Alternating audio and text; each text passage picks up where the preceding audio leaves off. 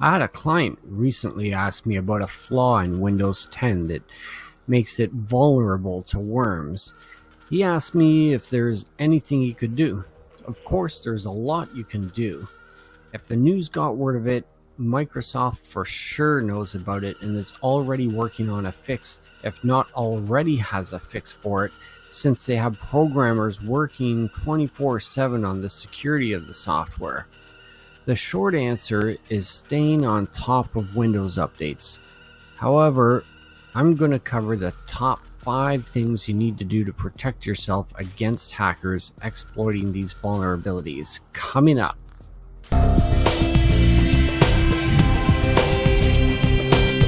Well, first off, you should know there are always vulnerabilities being detected every day. I have a link to a page on my website in the description below the video here that also links to websites for looking up what vulnerabilities exist on certain software programs with certain versions. This is what hackers reference to learn what to attack in your system. So don't get caught up in the news. If you're waiting for the news to tell you, then it's already too late. So here's my top 5, but stick around at the end for a quick bonus tip. Number 1, Windows updates. So although it sounds straightforward, they should be automatic. They require rebooting of your computer and checking again for updates, because there could be an update every day for a week and then nothing for the next week. And if you're running a business, you should be on a preventive maintenance system like TwinBytes offers, linked in the description below as well. And this includes patch management.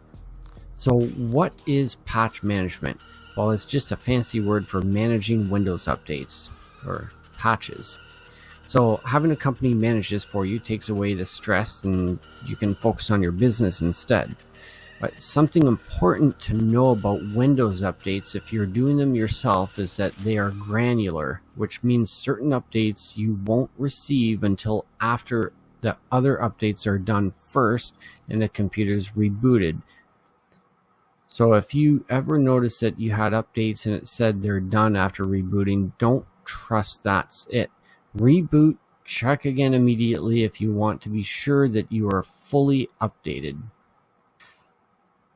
Number 2, update third-party software. Adobe, Google, Mozilla, Intuit, Sage, and many others. There are updates and their update procedures vary, but usually if you go to the About in the main menu of that program, there'll be a link to check for updates. If you use our Avast Cloud Care product, it has a convenient method of checking for those software updates on most of the programs. Number 3, replace or remove unsupported software. For example, Windows Live Mail.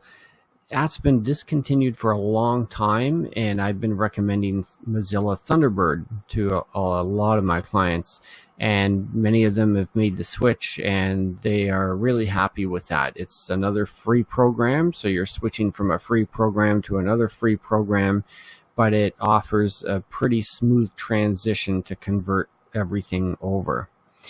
So it's important to stay on software that's still supported. There's always an alternative to every software program out there. And if there's no more updates for a program, it doesn't mean it's up to date. It could mean it's unsupported. So it's best to have your computer checked out every 6 months to a year. Even if for personal use.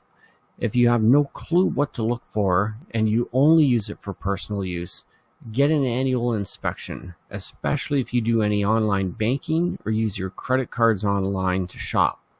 The tech can review what software you have installed and recommend if anything should be removed or replaced. Number 4, antivirus and firewall. And yes, this is not number 1 in the list for a reason. It's not the first line of defense, but it's not the last either. It depends on the method of attack. So the antivirus protects you from viruses, not hackers. It's important to know this. Hackers exploit vulnerabilities, and viruses are only one method that they use to exploit that vulnerability. Mainly they use trickery and get you to click on links to open the door for them. And this brings me to my next point. Number 5, careful what you click. Hackers use reverse engineering, social media research, and other methods to hack you. What may be surprising to you is that not all hacking methods is truly hacking.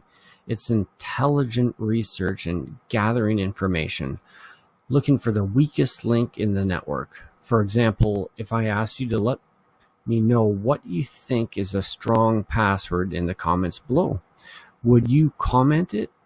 Do you think it's safe to write such a thing in the comments? You wouldn't be telling me your password. You're just telling me maybe it's your dog's name plus a year you got him.